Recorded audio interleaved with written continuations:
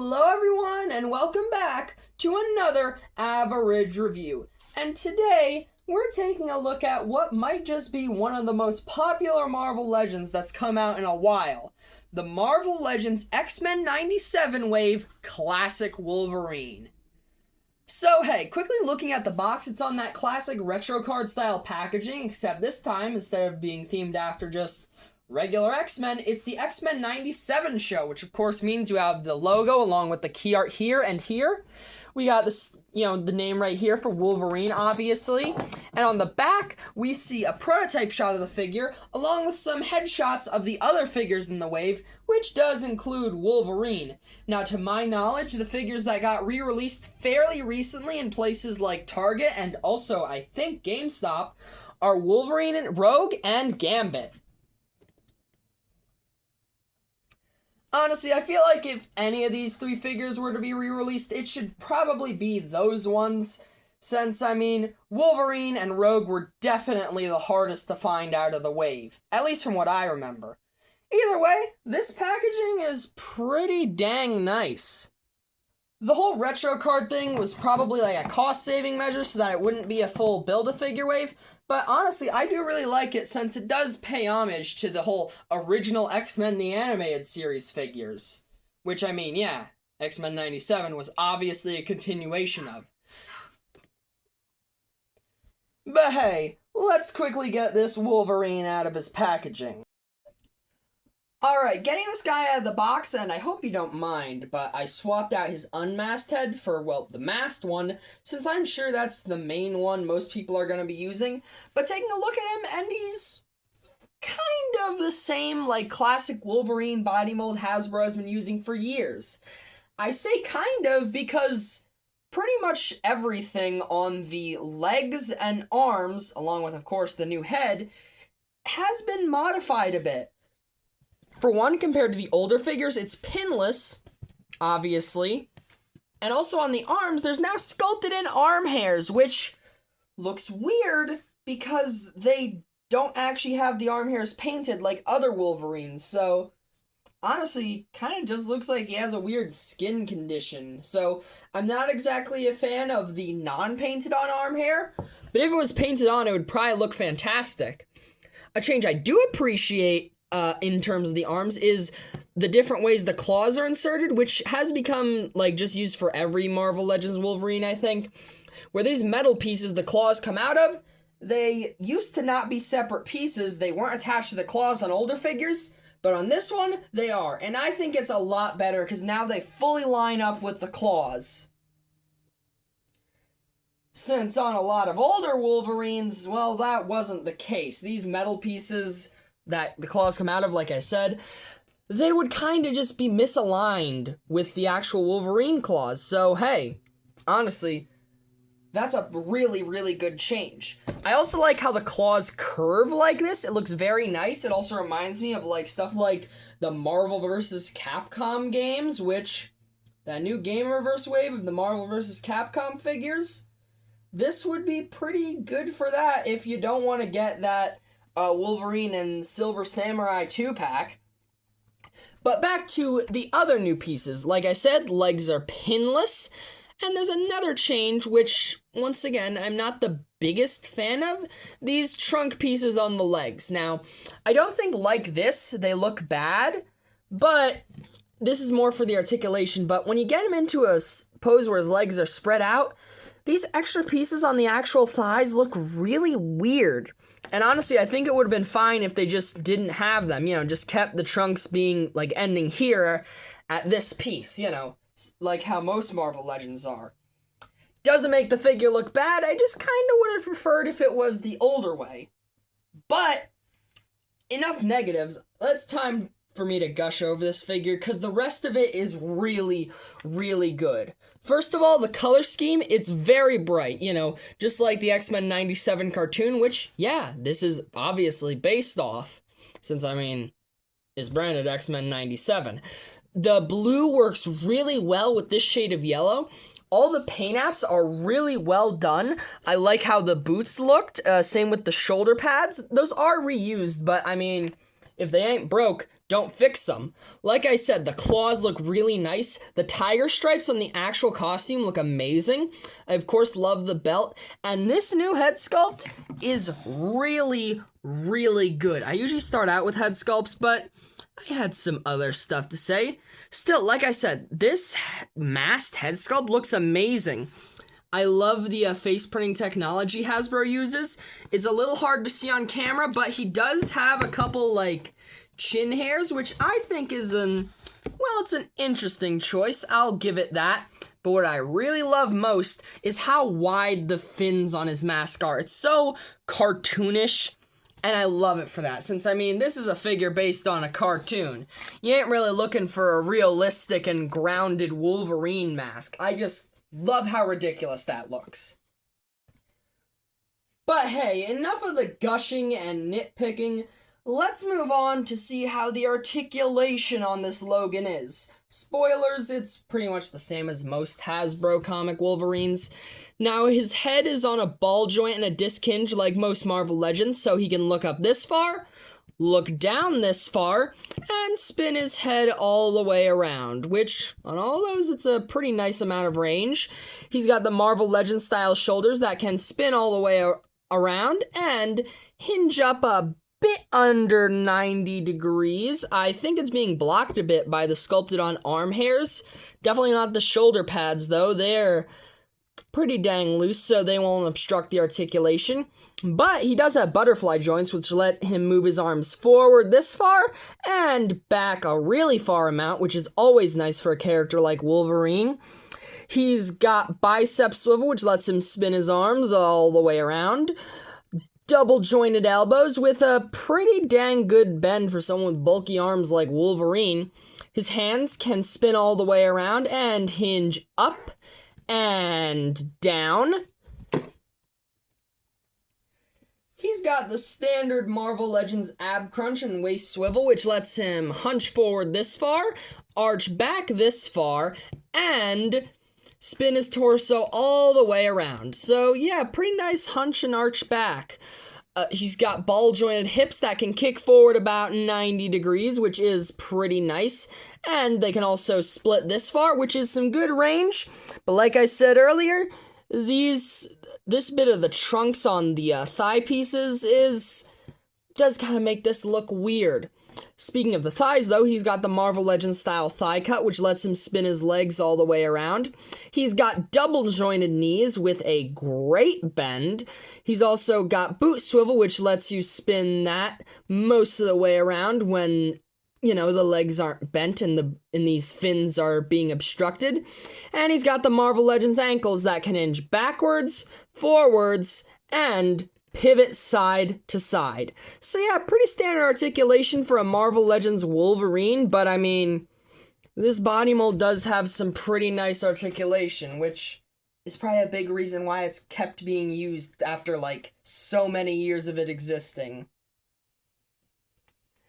Moving on to the figure comparisons, and of course we have to bring out the standard male and female comparisons for this channel: Renew Your Vows, Spider-Man, and Spinneret. For those who are only familiar with the movies, yeah, Wolverine is a pretty short guy in things like comics and cartoons, so this is perfectly accurate. Moving on to some X-Men, and here he is with the astonishing X-Men's version of Cyclops. I would like to mention, I do have a Toy Biz Jean Grey Phoenix somewhere around here, but I legitimately can't find the figure anywhere in my house, so... But hey, since we brought out one of the founding X-Men, Cyclops, we should definitely bring out another with this version of Beast by Hasbro. Also, I think it's kind of funny that Beast and Logan have pretty much the same hairstyle. I don't know, I think that's pretty funny. For some characters that were introduced to the X-Men team alongside Wolverine in giant-size X-Men, though, we have Nightcrawler by Toy Biz and Storm by Hasbro. We are getting an updated version of Storm's giant-size X-Men costume along with brown-suited Wolverine in an upcoming X-Men 97 related 2-pack, so that's going to be pretty exciting. But hey, we can't talk about giant-size X-Men team members and Wolverine without bringing out Colossus for a fastball special. This version of Colossus is from the 80th anniversary of Marvel Legends Colossus and Juggernaut 2-pack.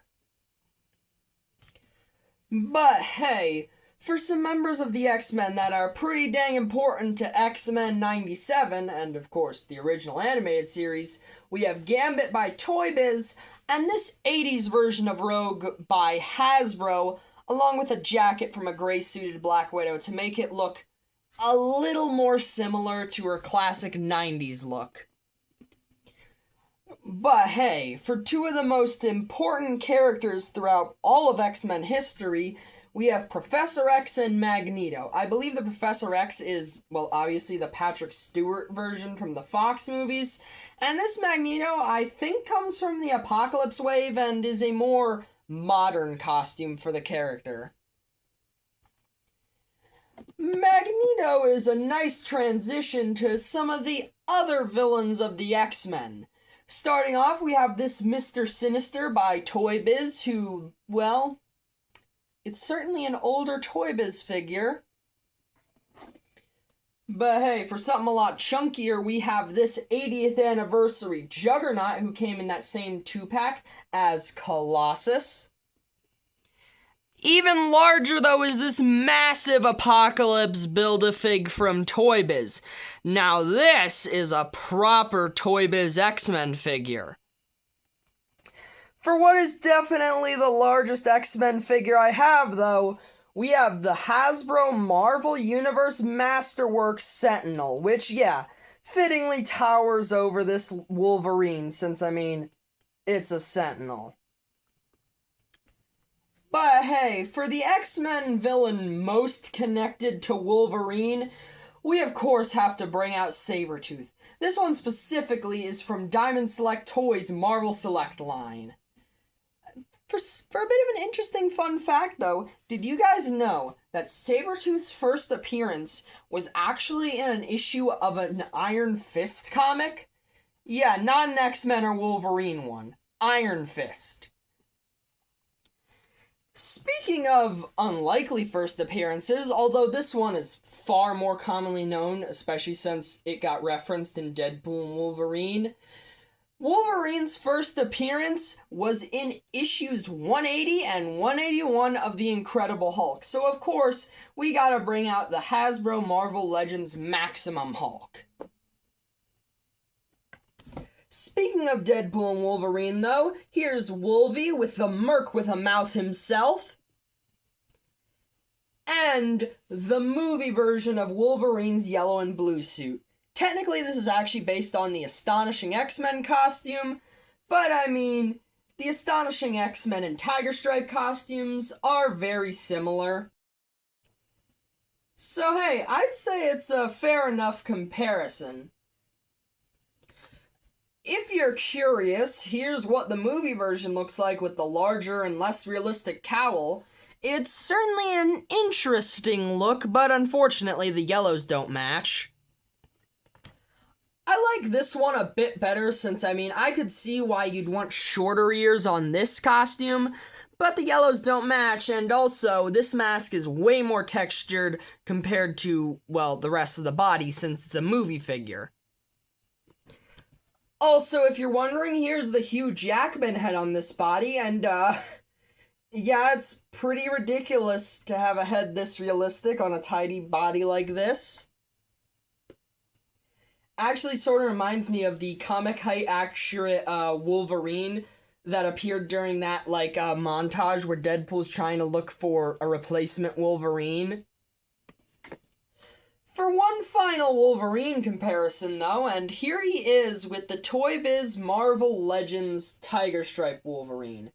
Now, I wanted to bring this out because, well, A, they're in pretty much the same costume, so it makes sense to compare the two, but also B, this was the first ever Marvel Legends Wolverine and I just want to show how far we've come. Sure, in some areas, the older one is better. I'd say maybe paint apps, especially because of the arm paint.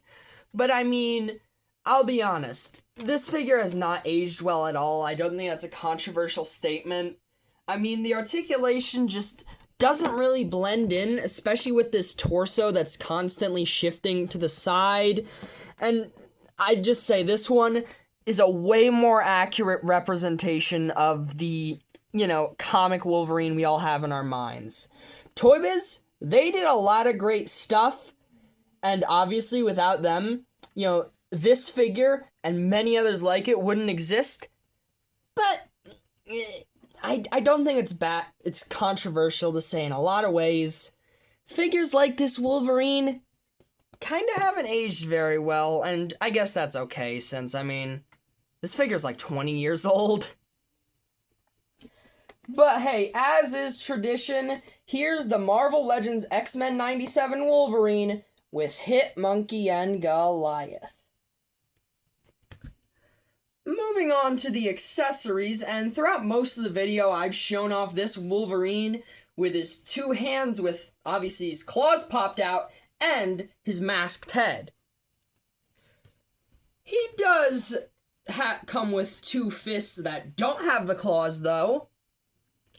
He also comes with an alternate unmasked head and neck piece for the mask being flipped down, which is pretty dang cool. I really like this piece, although a bit of a problem, it's very, it'll flop around a lot, and it doesn't, just move all the way down, which is a bit annoying, but still, that's a pretty cool touch.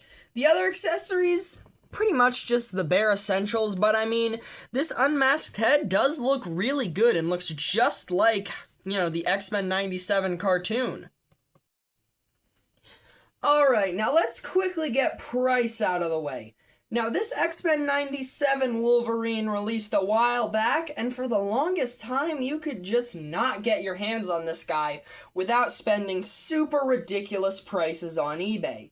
But recently, Hasbro reissued the figure, I believe, to Targets and GameStops. I might be wrong about the GameStops, though, for the standard Marvel Legends retail price of $25.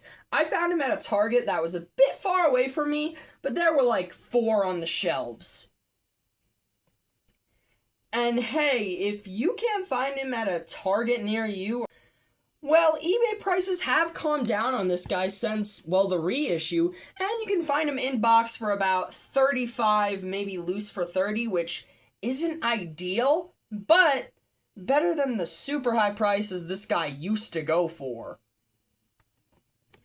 So, overall, what are my thoughts on this Wolvie? Well, a lot of people say this guy is one of, if not the best Marvel Legends Wolverine figures, and yeah, I can see why people would think that. It's a really good figure of the Tiger Stripe Wolverine that's also pinless and has a really nice color scheme. But I wouldn't exactly say he's the best because, A, that one Astonishing Wolverine exists, and I really want to get my hands on that one because it looks amazing. And also, I feel like this figure still has a couple problems. Don't get me wrong, I love it, but the extra sculpting on the trunks is a little weird when you're doing more spread out poses, and the lack of arm hair painting makes his arms look really weird. Also, this is a bit of a nitpick, I guess, but I feel like he might have needed a more angry head sculpt with his teeth showing, since that's a pretty classic Wolverine look, and I feel like this figure is missing that. Still, this is 100% one of the best Marvel Legends Wolverines you'll ever find. And hey, if you find him in a Target, well, you're pretty dang lucky. So overall, I'm going to give the Marvel Legends X-Men 97 Wolverine a solid 9 out of 10. He is really, really good. There's just a few things holding him back from being, one of the best Wolverine figures. I will say, though, I am really glad Hasbro reissued this guy and a couple other retro-carded figures that are going to be releasing eventually in places like Walmart, Target, and also some online shops. So hey, if you made it this far into the video, well, have a great day, 'cause you deserve it. And hey, thank you very much for watching this. Bye-bye!